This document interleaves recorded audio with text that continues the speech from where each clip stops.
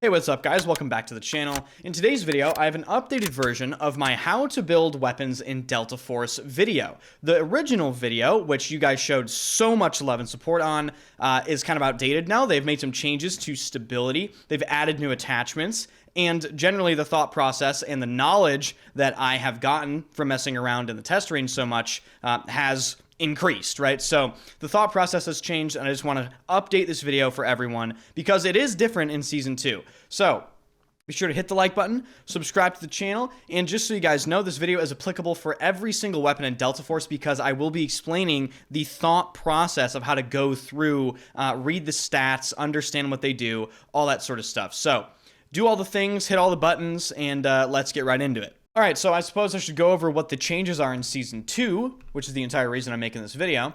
So if you go to Loadout and you go to Details and you go to Stability, you will see that current hit flinch multiplier is no longer affected at all by stability. This makes stability generally worse this season. However, stability still has incredibly impactful effects on your weapon's performance because it has current lens stability while firing. This directly affects your visual recoil, okay? And I'll demonstrate that right now. So take a look at this weapon. It has 59 stability. This is what it looks like when you're shooting.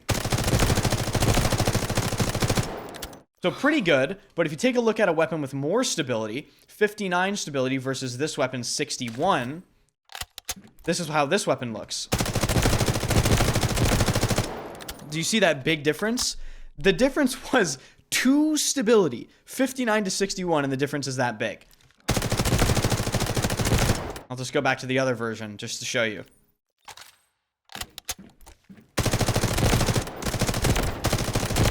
Like, this weapon is not bad, but the current lens firing stability stat and stability is incredibly important.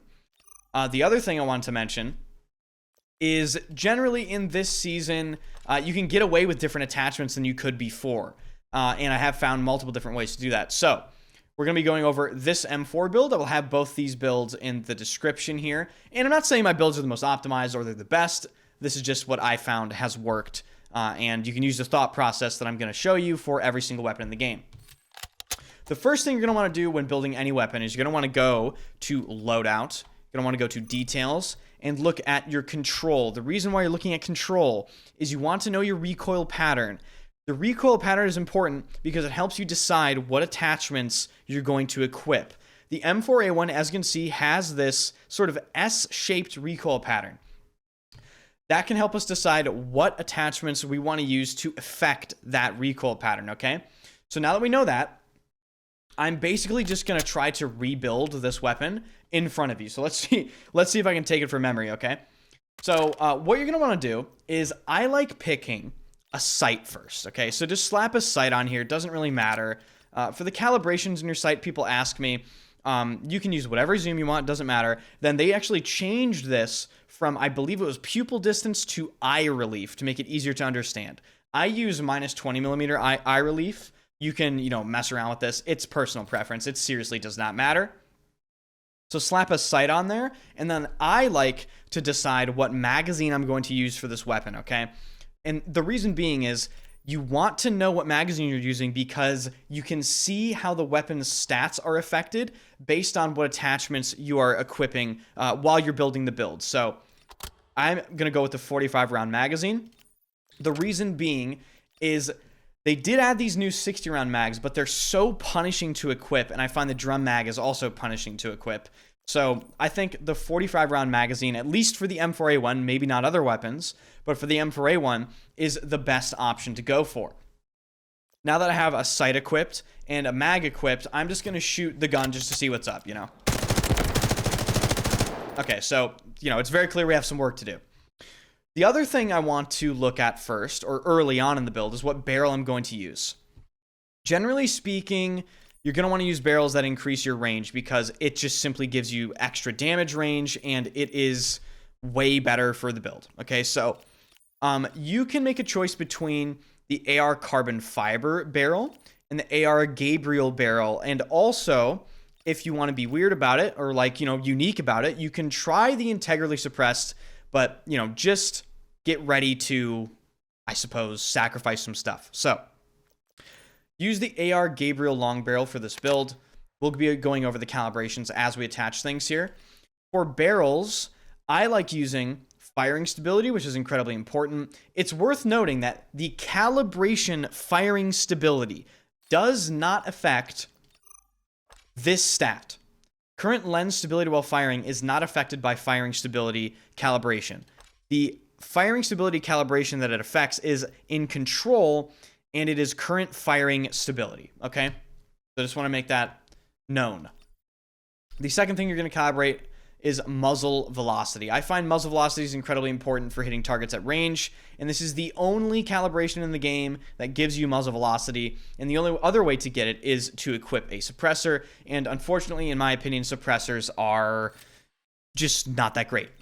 It's just not that great. So now that we have the barrel equipped and calibrated, remember the recoil pattern that I mentioned? We're going to take a look at it. Okay, it still has that pretty ugly S-bend. So we have some choices to make. There are attachments that can affect this. Because it's horizontal, right? It's an S. The Sandstorm vertical compensator is not going to be picked here. We're going to have to make a decision between the Bastion horizontal compensator, which will squish the recoil pattern and get rid of those ugly S-bends, or we can go to the grip here, and we can use the Secret Order bevel foregrip. The reason why I'm not going to be using the grip in order to fix the recoil pattern is if you use the horizontal grip, it will actually give you a vertical recoil penalty. Whereas if you use the muzzle to do the same thing, you do not get any vertical recoil penalty, but you get the same horizontal effect on your recoil pattern. So let's take a look at what this will do. If we equip it, as you can see, it smooths everything out here.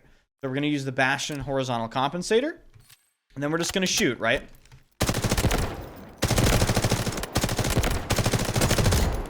All right.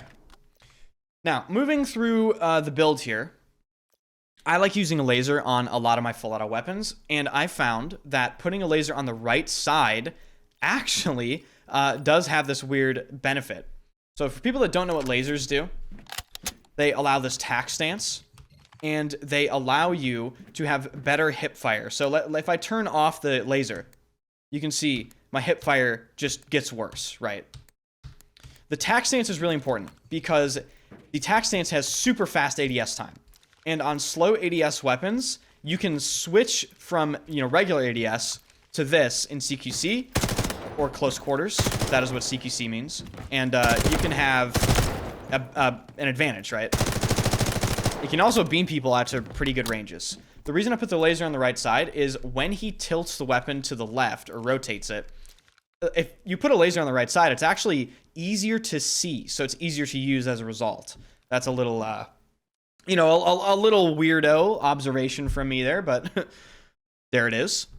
So we have a laser selected, and let's start going through the nitty-gritty of the build here. Generally speaking, you want to keep your patches for the very, very end to offset the worst stats. So we're going to leave the patches for now.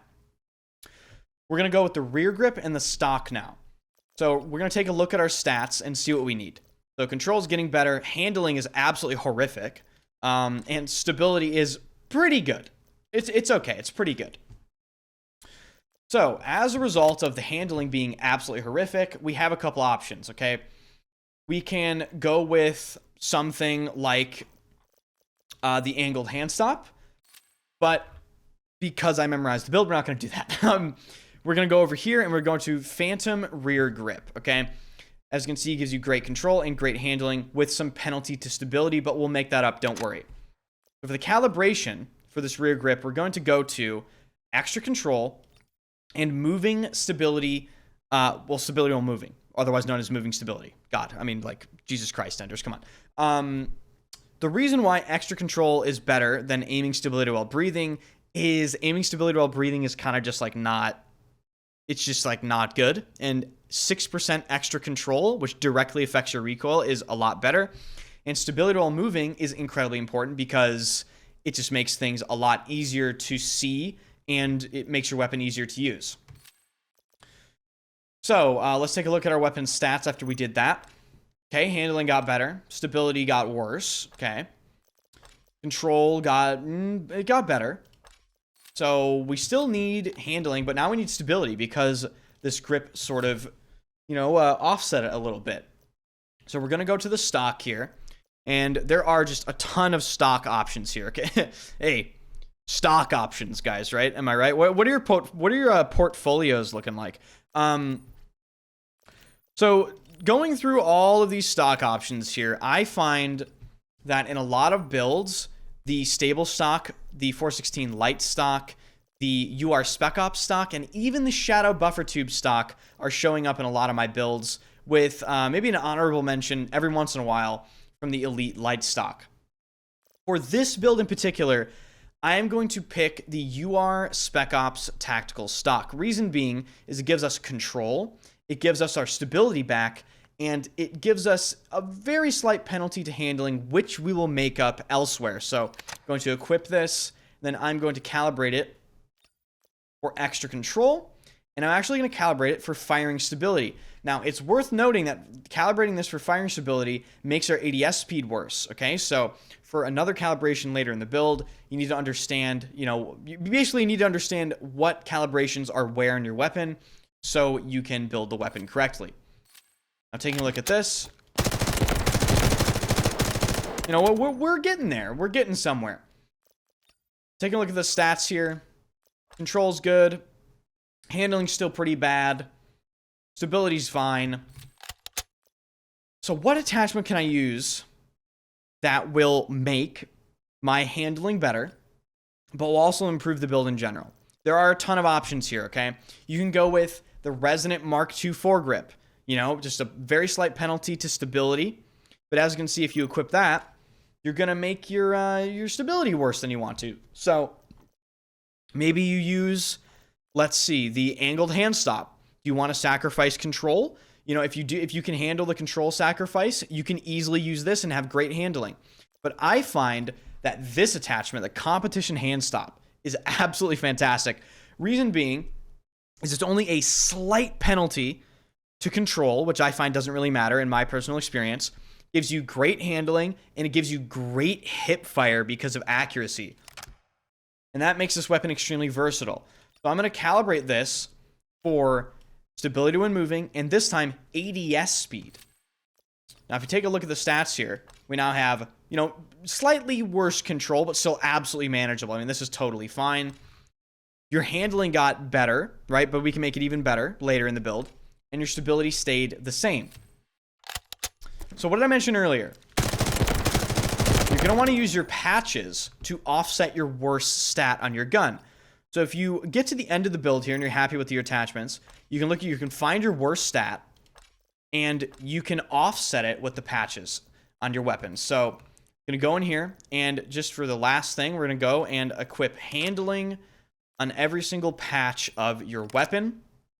And that is how I thought about building this M4 here. Now we'll take a look at the stats, and as you can see, good control, good handling, good stability, and I believe I actually calibrated something wrong here. I think I calibrated the stock wrong. Yes, I did. Calibrated the stock wrong. I actually want to go with ADS speed here. But these are the micro decisions you can make, right? So just for instance, just for the sake of science, I remade the build that I showed you in the beginning of the video. It was 338 ADS time, good stability, good control. If you wanted to trade off some statistics, right? If you say you don't want 4.8 ADS speed, you could optionally calibrate it for firing stability, and you can get a slightly more stable weapon. You could also calibrate the foregrip differently and sacrifice ADS speed for more control. Let's say you're struggling with the recoil a little more. See, like even those two calibrations made the weapon perform differently. So it's just all about understanding like what you can do with the build, what you can move around, what's the give and take, right? That's the whole thing. If I look at this build, right, which will also be in the description, I mentioned this build is basically just a build to have even less recoil, and I sacrificed ADS speed, I made the conscious decision to sacrifice ADS speed, but it has no recoil. Look. And, it's just a complete joke.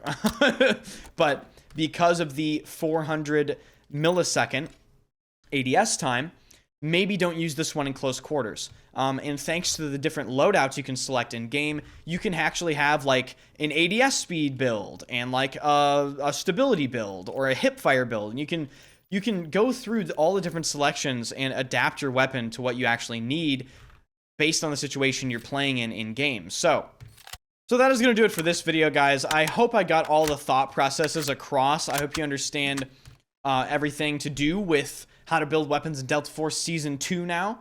If you did, be sure to hit the like button, subscribe to the channel, and let me know what weapon you want to see me build next. Be sure to swing by the streams, because I stream every single day. Hit that sub button, don't miss a video, and I will see you guys in the next video.